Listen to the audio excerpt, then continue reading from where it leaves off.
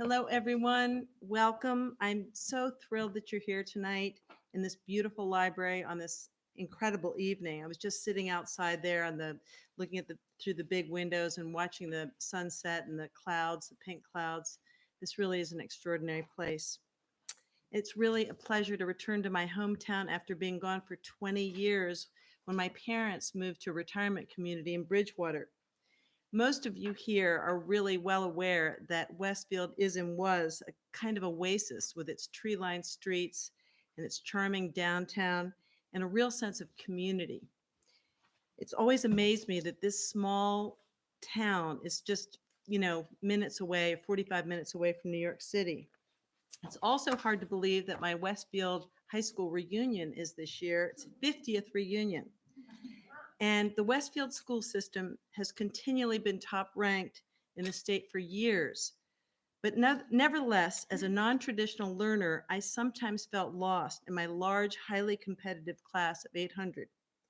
That was until I took a journalism class in my junior year and discovered the High's Eye, our award-winning school newspaper. Although I was often late to calculus class, more than just a few times, I sprinted down the hall to get to journalism class. This antiseptic classroom with its rows of industrial looking desks and chairs quickly morphed into a bustling, noisy newsroom, sort of reminiscent of the Mary Tyler Moore show that was very popular.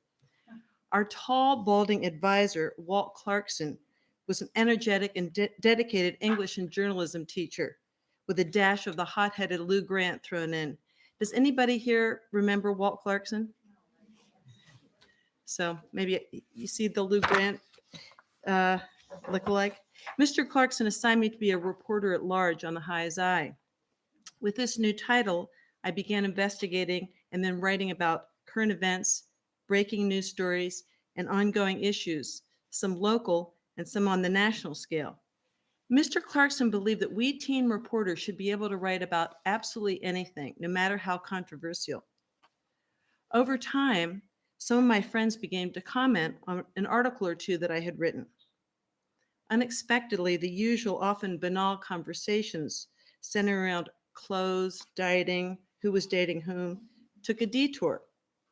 We now found ourselves debating the raging war in a far-off place, race relations, and Roe v. Wade. Times haven't changed much, have they? Anyway, I became hooked on a new way of learning and engaging with the world that also satisfied a deep desire to create. I decided that I had to find a way to make writing my career. This quote from the late author Joan Didion sums up my feelings on why I choose to write. Didion says, "I write entirely to find out what I'm thinking, what I'm looking at, what I see and what it means, what I want and what I fear." With Didion's words in mind, I'd now like to continue with a slideshow highlighting my life as a writer. Nope, back, sorry. Thank you. And by the way, thank you so much, Barb, for pushing the buttons. I can't push the buttons and talk at the same time. That transformative experience of being a High's Eye reporter ultimately translated into writing for national magazines and then working as a features reporter for the Associated Press in the early 90s. But first, how did I get to the Associated Press? Well, I started at the very bottom rungs. I wrote for local New York City parenting magazines, reporting on puppet shows, children's theater, and the best playgroups in town. A veteran AP editor who had a young child called me one day. She said she liked my pieces and she wondered if I was be interested in starting a column at the AP called Kids. "You'll have carte blanche to write about any topic you want as long as it has to do with kids and families," she said. At the AP, I interviewed a disparate group of celebrities and VIPs, among them Jimmy Carter, who wrote a book for teens on conflict resolution, Meryl Streep on her environmental activism, Little Richard and Merle Haggard, who had just come out with music for kids. But it wasn't just famous people I was writing about. I began to realize that my articles that went out to 1,200 member newspapers across the country might be used for some social change. Disadvantaged families, those who faced a range of difficulties, blocking life's opportunities and preventing them from participating fully in society, really became my passion. I was fortunate to be able to write about them. This interest led to my first book, which was called Another Season, A Coach's Story of Raising an Exceptional Son. I began researching the book in 1993. The minute I met 31-year-old Johnny Stallings, the son of legendary Alabama football coach Gene Stallings, who was Bear Bryant's protege, I knew that this story had to be told. However, Coach Stallings was a very busy man. That year, he had led Alabama's Crimson Tide to national championship. A man of few words, he wasn't sure that he wanted to get involved with a female reporter from the Northeast to write a book about his son who had Down syndrome, even though he was a fierce advocate for his son. Of course, I understood Coach's concerns. It's not easy to bare your soul in a book. Nevertheless, I felt that the Stallings story of raising their son was powerful and inspiring and would ultimately help many families. Gene and his wife Ruth Ann had daughters, and now they wanted that boy who would one day become a football hero. As many of you know, football is practically a religion in some parts of this country.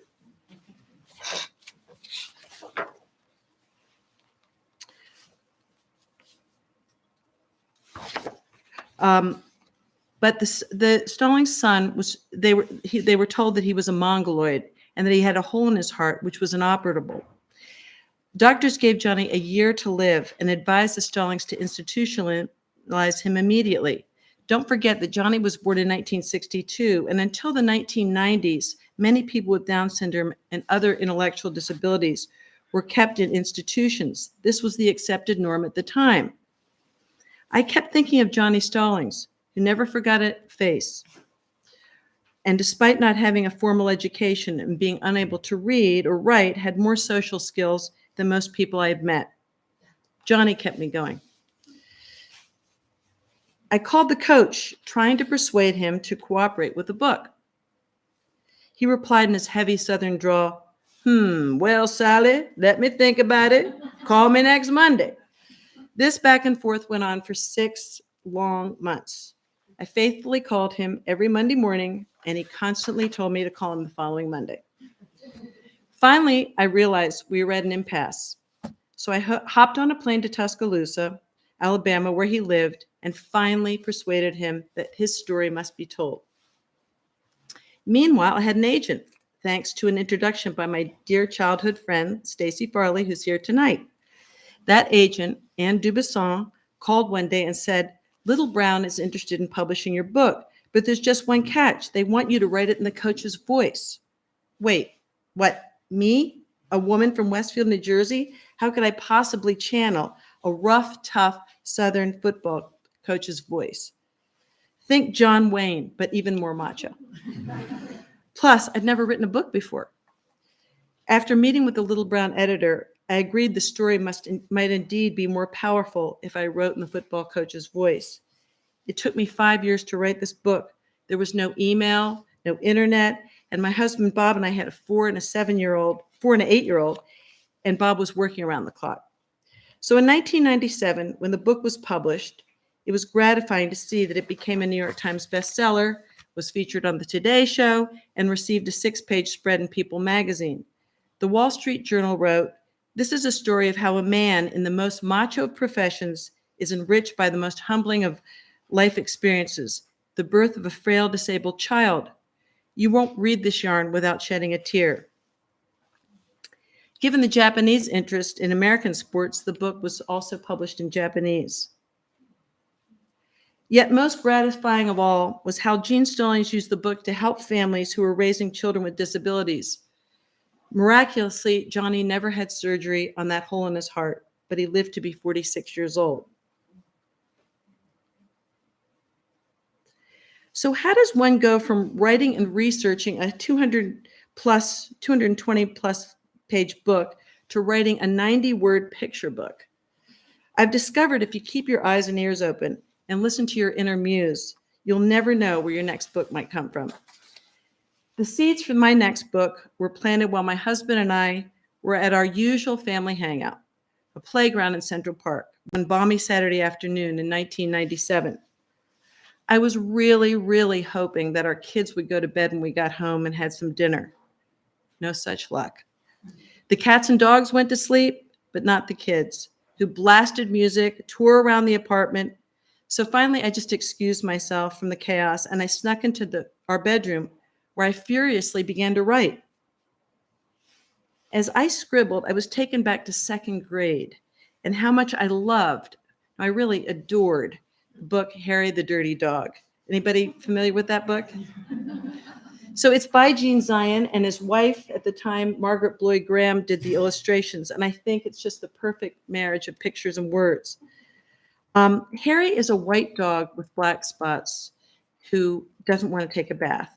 He buries the family scrub brush in the backyard, and he decides he's going to run away from home because he doesn't want to take a bath, and he's going to have an adventure. He returns later that afternoon, and he's a black dog with white spots, and his family doesn't recognize him. He does flips. He rolls over. He barks. They don't recognize him. Finally, he goes, picks up the brush, digs up the brush in the backyard, hands it to the owners. They give him a bath, and they exclaim, "Harry!" So I think clearly I was channeling Harry's rebellious nature as I wrote about my own kids' deep refusal to go to bed. The 90 words in this book flew out of my head. And for some reason, I ended up writing it as a dialogue between a weary father and a child who refused to go to sleep. So you'll see here, I think this cover is really fun. And the blue type is the parent speaking, and it's kind of like how a parent would write. And the red type is how a kid would respond. And so I've memorized this book. So it goes, it's 90 words. So bear with me, but it's good night, pillow fight, kiss my cheek, hide and seek, lights out now, pow, pow, pow. I'm warning you, peekaboo. No more juice, Mother Goose, Jack Sprat, not that. 3 bears, who cares? This one, no fun. Go to bed, you haven't read. Let's count sheep, I can't sleep. Give it a try. Why should I? 1, 2, 3, 4. Are there lots more? 5, 6, 7, 8. Isn't it getting late? So many sheep. Am I asleep? Off with the light. Good night.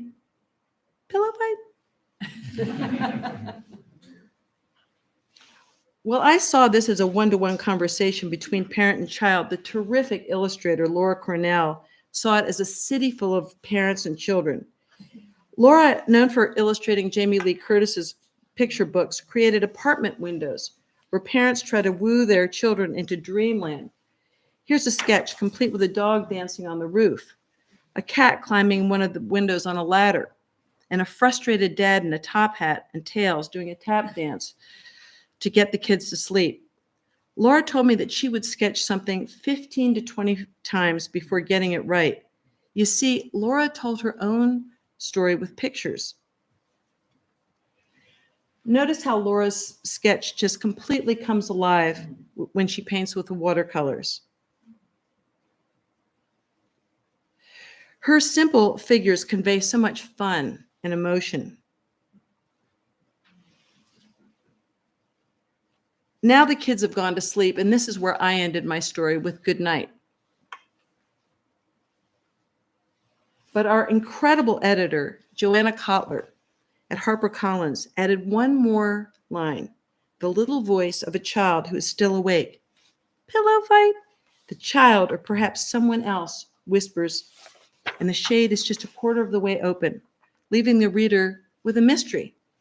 This was the only change in my 90-word manuscript, and I really love it. It just changes the whole complexion of the book. Goodnight Pillow Fight received some starred reviews in Booklist and School Library Journal. It was the main selection of Children's Book of the Month Club, and it was named Best Picture Book by Nick Jr. Magazine. I decided this picture book stuff is easy. After all, it took me 20 minutes to write this book and less than a week to sell it. Boy, was I wrong. People think because most children's books are short, they're easier to write. No way. For the next 2 years, I tried unsuccessfully to follow up with a good morning book. To no avail, nothing seemed to work. This quote really sums up how hard writing for children really is. Sensing my frustration, my children's book agent knew I liked baseball and suggested that I write a longer nonfiction book about how baseball teams got their names. She introduced me to a marvelous self-taught illustrator named Ross McDonald, whose work often appears in the New York Times, the New Yorker, Vanity Fair, and other national magazines. Ross also does props for movies and TV shows. Ross and I just hit it off immediately. I loved his vintage style. I loved his easygoing way and his banter back and forth. We brought in a baseball researcher named James Charlton to help us dig up some good stories. I love collaborating, especially with someone as expansive and talented as Ross. So you can see that he really has a vintage style here. Okay, so together we realized that this book was much more than just how the baseball teams got their names. It really became a book of how the game had changed over the years. For instance, there was only one umpire years ago. Now we have four. There was a lot of cheating back then. The runner might have his belt loop held when he tried to reach third. I think that's one of my favorite illustrations in the book. And then we threw in some slang terms. Baseball has 5,000 slang terms, the most of any sport. And so this is my favorite slang term, tools of ignorance, which is the catcher's equipment. Because has anybody here ever played catcher on a team? And you know how crouching down is just like, that's the hardest position ever, right?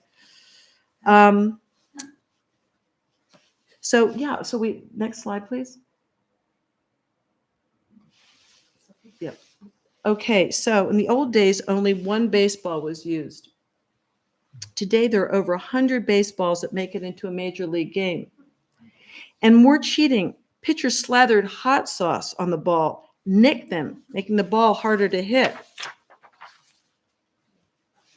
I love how that dog has the ball in his... And just as Laura did, Ross makes many sketches before he gets it right. In fact, he told me that it took him months to get started on this particular book because he wasn't a baseball fan. Once he saw the humor in it, he went to town and it just flowed out of him, but it really took him a long time. And again, here's Ross's final finish for the book. Notice his use of a 150-year-old wooden type in the title. Speaking of wooden type, Ross uses them on end papers, which are the pages glued to the inside and back cover of the book. The purpose of these pages is to hold the book's interior to cover and protect the insides of the book. But these pages can also be a source of creative visual delight. I love them. They add a jolt of excitement when you open a book. On this page, Ross tells the story of the slang term soaking. In the late 1800s, a fielder could get a player out by soaking him, which meant hitting him with the ball. Ouch! It's a good thing that practice didn't last very long. Here's one more example of a really fun sketch that turns into a thrilling illustration.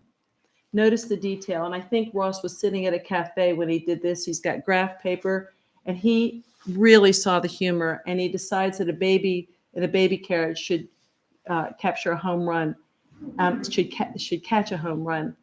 And I really love that. Once again, it really pops when Ross applies his watercolors. This image is from the early 1900s. And notice the baby's bonnet, the police uniform, and the mother's dress. They really convey an earlier era, and they always make me smile. At a book signing, it was great fun to meet former Montclair resident Yogi Berra. Of course, the catcher was known for his malapropisms. That's a great word, isn't it? His most famous one was, does anybody know? Anybody know what Yogi's most famous? Those are good. They say that his most famous one, what was it?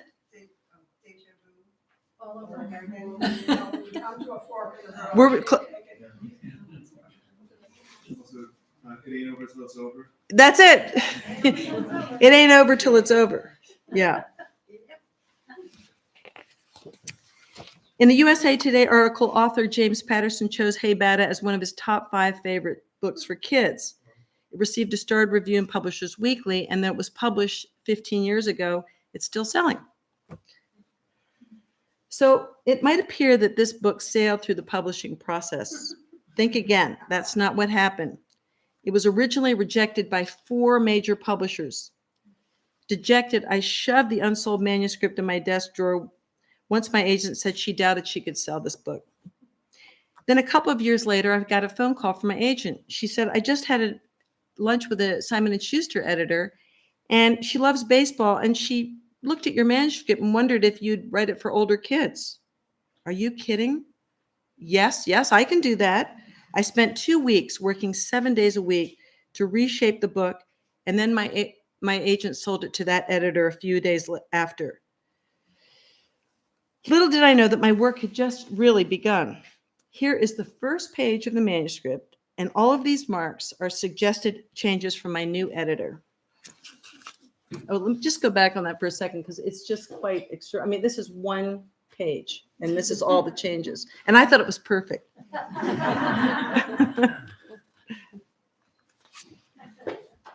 Something that really helped me as I wrote this book was to ask myself, what is this book about? So on the very first page, we actually asked the question, what was the game of baseball like in earlier times? Was it easier? Probably not. Different? You bet. So here's what I've learned over the years with each book that I write. I stop myself about a third of the way through and I say, what is this book about? And if I can't answer that, I have to go back over my writing until I answer it satisfactorily. This question that I ask myself has really helped shape my thoughts and create a book that's hopefully got some structure.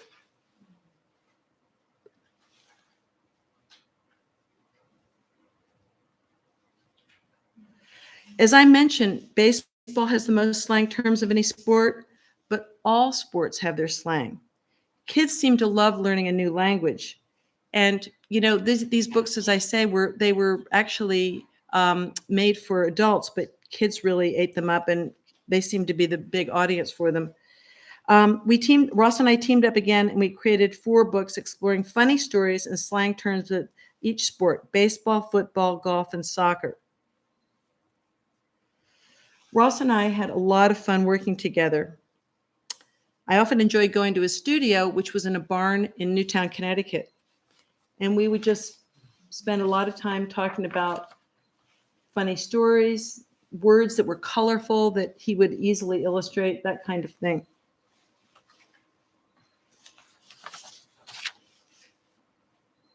So, you know, it's really fun for me to think about how an illustrator does his homework, his or her homework. And this was, whoops, I think that's right. No, it's my fault. He collected all these old cards, and he really does like extensive research to get that retro and that vintage feel, which I thought was really interesting. And he sketches and he sketches and he sketches until he gets it right, till he comes up with a finished drawing. These slang terms are so colorful, and he really had a blast, you know, illustrating them. And again, these are sketches, but I think they could have made it into the book. They're so good. And here's some more. These are more finished.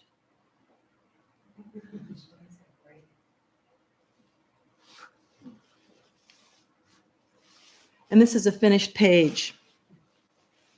Well, around the time we were working on How to Speak series, I began working for Project Sunshine, which is a nonprofit that works with children in hospitals. Their mission is to bring joy and play to ill children. My job was to bring authors and illustrators into pediatric settings. And along the way, I met Ray Negron, who had published several baseball-themed books. Ray was a special advisor for the Yankees. Ray's story that I must digress and tell you about is, if it weren't true, you would think it was a fairy tale, because it all takes place about 50 years ago. It was June 1973, and on a dare from his tough brothers and cousins, Ray skipped the last day of his junior year in a Queens high school, and he headed to Yankee Stadium, where the boys often snuck into baseball games.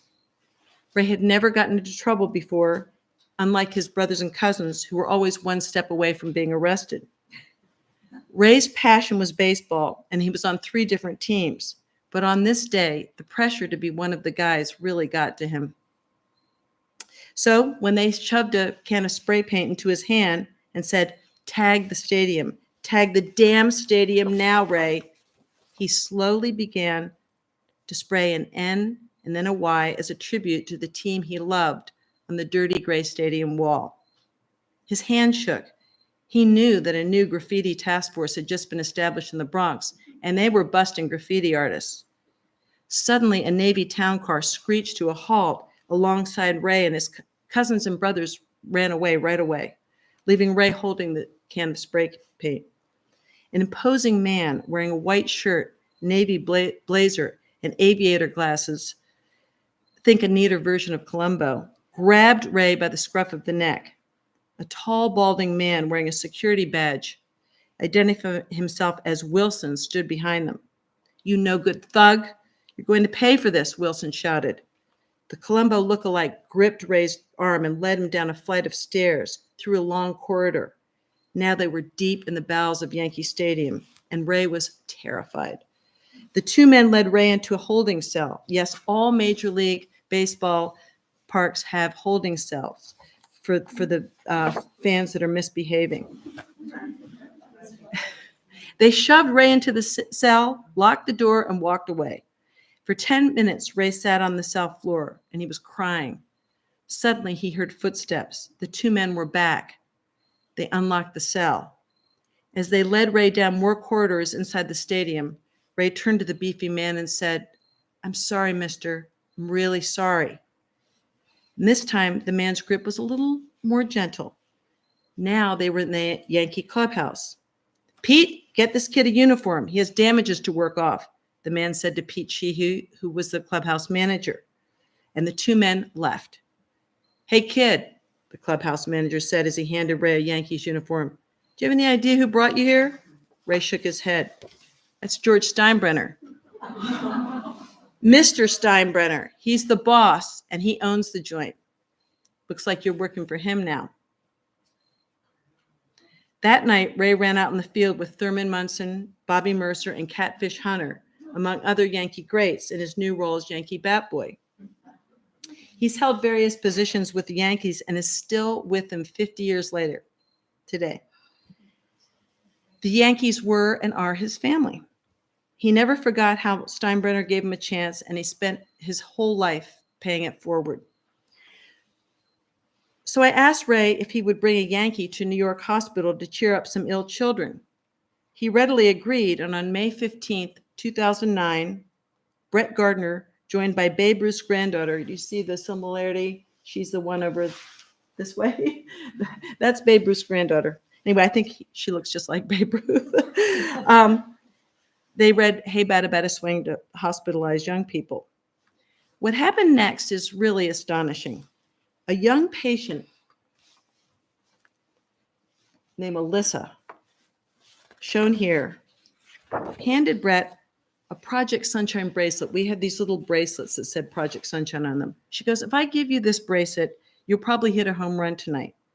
But as you may know, baseball players are really superstitious, and Brett became very worried. He wasn't known to be a home run hitter at all. In fact, that night he was supposed to have the night off. But after Johnny Damon got ejected from the game for arguing a called third strike in the 3rd inning, Gardner was pressed into service.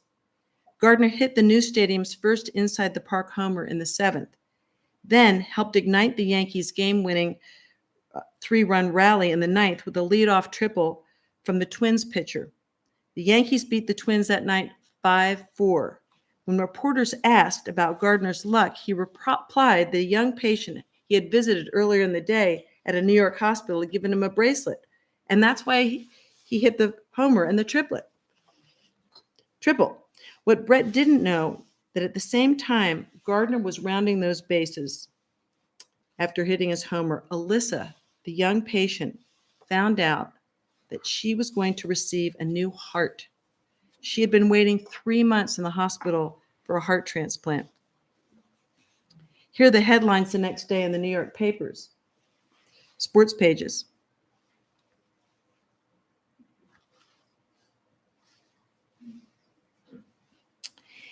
Meanwhile, Ray decided that I was his good luck charm. He was very superstitious. He was as surprised and delighted by the story as anyone. He asked me if he could send me his writings. I said, sure. I read about how George Steinbrenner gave him a chance and how the Yankees became his family. I thought Ray's writings were full of heart. Ray then asked me if I would be his co-author. I wasn't sure if I could do this, but something kept me going. And I think it was the fact that the writings were so pure and so honest. Bob Weil, the executive editor at Norton, bought the book. And like the How to Speak books, this book was intended for adults, but has a large teen following. Ray's relationship with Reggie Jackson is chronicled in Yankee Miracles, as is the story of Doc Gooden and Darryl Strawberry's battle with addiction, and how Ray, very familiar with addiction because so many family members had drug and alcohol problems, really tried to help the two players. Here's Ray with A-Rod, who's also featured in the book. Ray routinely began bringing Yankees into pediatric hospitals. Here's former catcher Francesco Cervelli. Does anybody remember him? Cervelli? Yeah, he was a great catcher. He came into the hospital often to visit patients. It was interesting, to say the least, to present a different side of George Steinbrenner. Over the years, so many wonderful authors and illustrators came into the hospital to work with hospitalized kids through Project Sunshine. I worked there for 11 years, and I learned that families with an ill child face really insurmountable challenges and need all the help they can get. The Sesame Street cast, pictured here, embraced our mission, and for 12 years they performed at New York Hospital every December, and they say they want to come back this year. Now to wrap up, I'd like to tell you a little bit about my latest project. It's a biography. So here's a question for you. I'm going to describe my subject, and I would like to know if you can name this person. Stacy, you can answer. She was an American tennis player who was the first female to win a Grand Slam in a calendar year. She's also the youngest woman to win the U.S. Championship, now the U.S. Open, at age 16. Her 1,000-day career was cut short at 19 when she was in a horseback riding accident. Can anyone guess who this person is? Take your time. Do you want me to give you a hint? Any thoughts on who this could be? You could just shout out a name. Nope. Nope. Yep. Good guess, though. That's a good guess. Nope. Not Tracy, not Jennifer. I'll give you a hint. It was in the 1950s.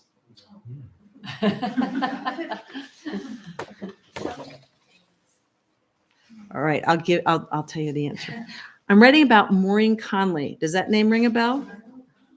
Her nickname was Little Mo because her tennis shots were like the big guns of the USS Missouri. She was the top-ranked women's player in the world from 1952 to 1953 until a freakish horseback riding accident occurred, ending her stellar career. It's also surprising how few people are familiar with her, and when I started reading about her, I knew I had to do a book about her. Here's what Billie Jean King wrote to me recently when I was doing some research. She said, quote, "Maureen paved the way for all of us who came after her. On the court, she had great timing, great footwork, and she was really, really smart. She was a disciplined champion, focused and well prepared, and never backed down. Looking back, it's amazing when you see that in a way too short 4-year career, she played her way into tennis history. She was a true champion and professional in every sense of the word. Close quote. Maureen died at age 33 from ovarian cancer.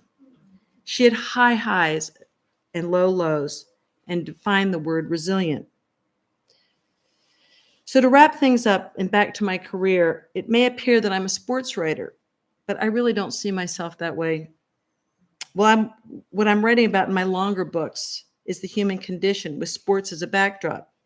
Again, resilience is often a major theme. Lastly, I've had many jobs in my life. I've been an au pair, a soda jerk at Jarvis Pharmacy, where I'm going to tell this little story of myself. I was 14 when I got the job, and all my friends came in because I was dishing up ice cream, and they all wanted ice cream. And I said, well, you don't have to pay for it. I work here. And I got fired. Okay. A lifeguard, a bill collector, an advertising salesperson for a national magazine, and finally a reporter and a book author. Although it hasn't always been easy, I'd choose reporter book author every time.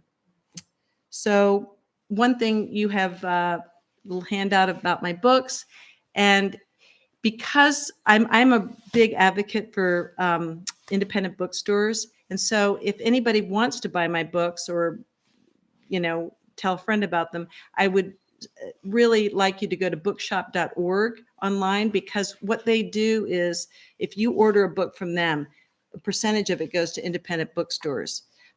So some of the bookstores, they have a distribution problem if you go in and order one copy or whatever. But if you go through bookshop.org, they take care of the independent bookstores too. Isn't that right, Matt?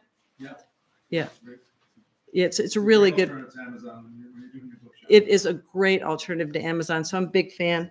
So now seems like a good time to ask questions, and thank you guys so much for coming.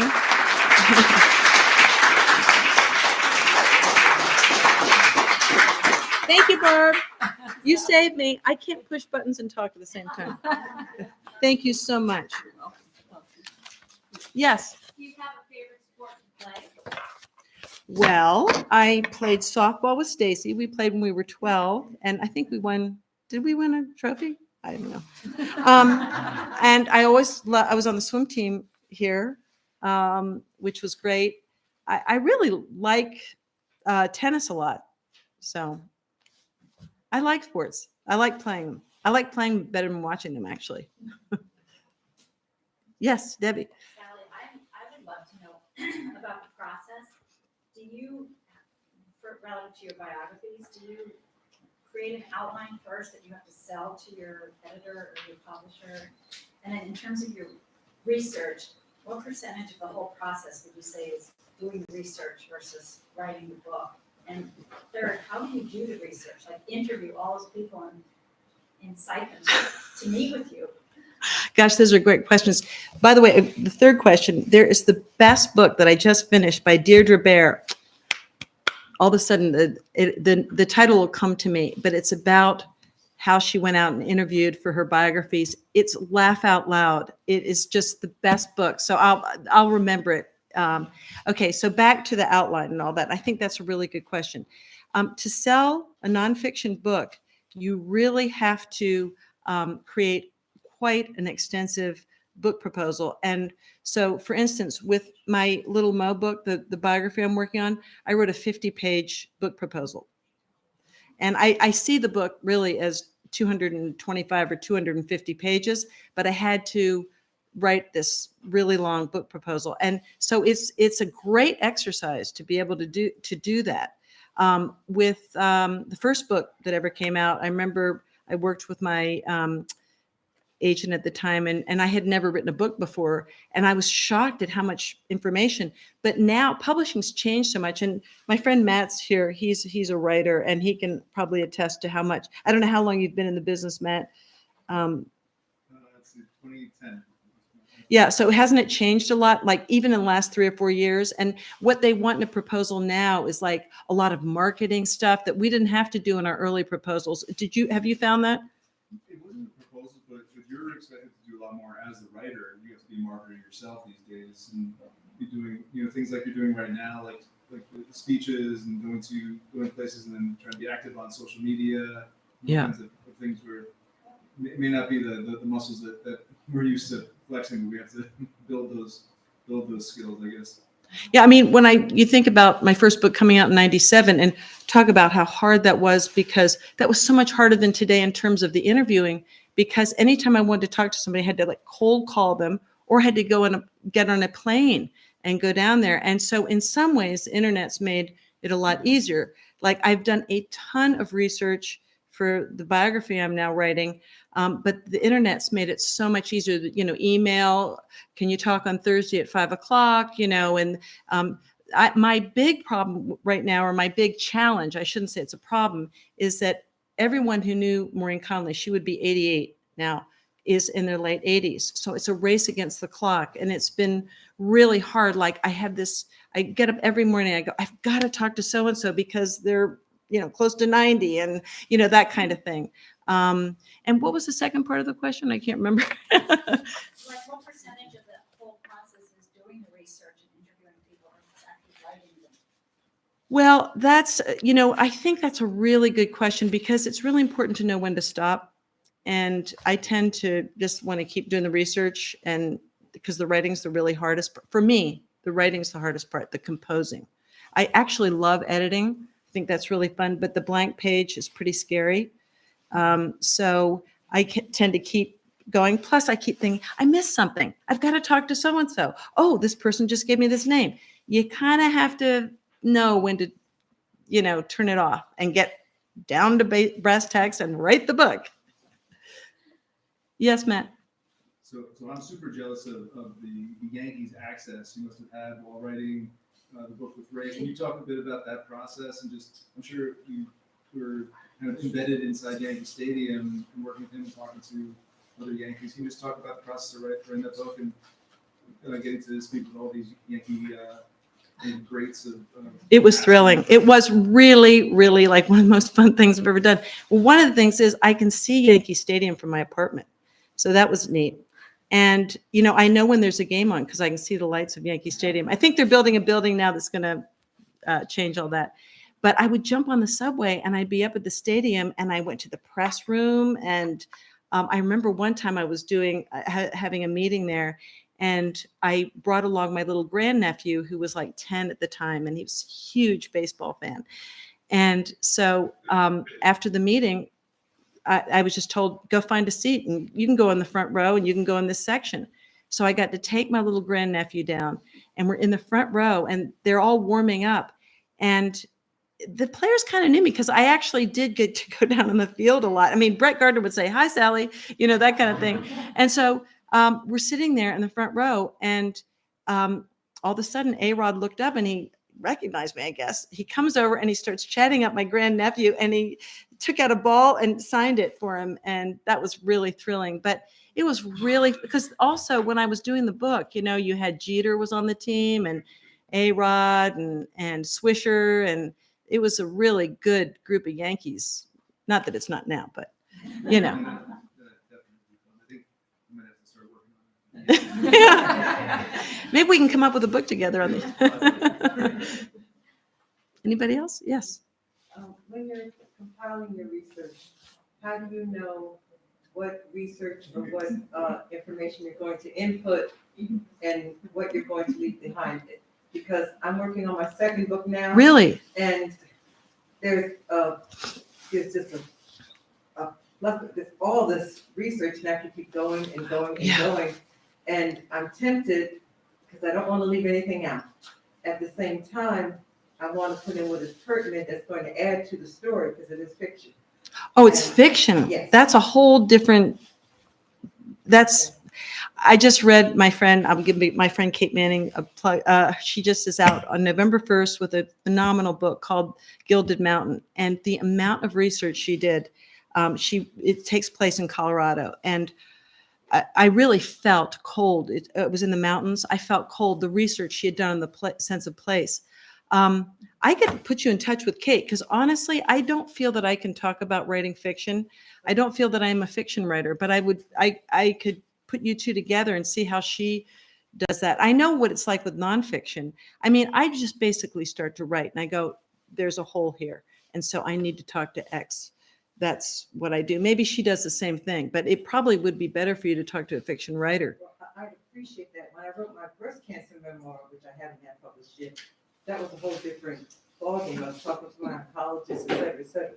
With this fiction outline, I've already tapped like 50 some sources, and I just want to keep going. So if we could talk for a minute, I would appreciate Sure, that. sure. I don't want to take up any more I just, time. no, that's fine. If you could leave me with your email, because I have to catch a train, I could see if Kate's available to talk. And I think it would be great. I think fiction and nonfiction are very different animals and different approaches to them. That's what I feel. Matt, do you write nonfiction or just fiction? No, I only write fiction, but I know what you mean. You still have to do a lot of research to tell the story that you want to tell, because maybe it's set in a certain place. You want to know that area well enough to tell it accurately and have it ring true. But I also agree with you. Where I can research things so long to the point where it becomes procrastination. Exactly. I used to research until I had, and I equate it to almost planning a road trip. Like you can plan it out, and at some point you just have to get in the car and drive. That is so good. It's like you kind of know where you got to map that well enough to okay, like some people can just say, if you're driving from Westfield to LA, I'm just going to go west, and some people do that. I like to map things out, but sometimes I'm like, okay, I got it well enough, and now I have to start moving. Yes. You meet Skyper?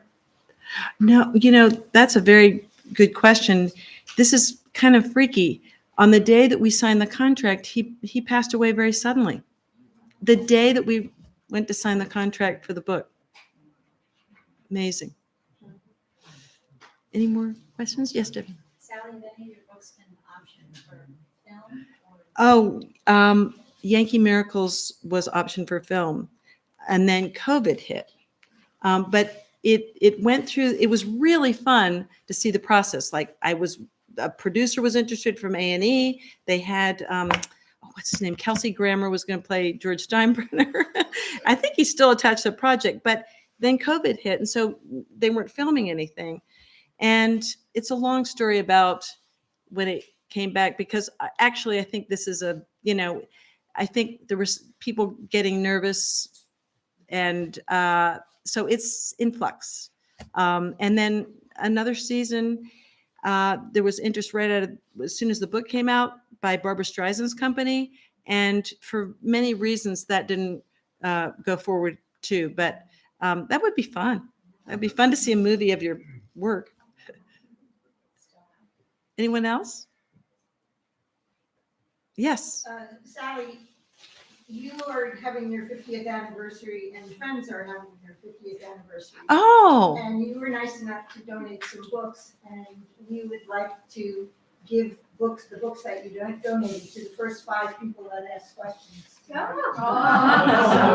that's so nice. Well, it's so nice Well, of you to donate. the No, books. I'll give you some more books for the library too. That's what a nice thing. That's really. I signed them, so if people raise their hands who were the first 5 to ask questions. I was just curious.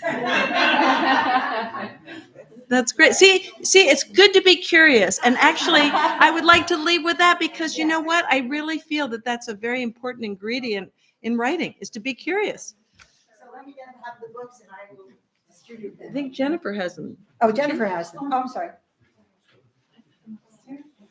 They're upstairs. Well, we won't make you sit here any longer. Well, and I'll say, yeah, thank you.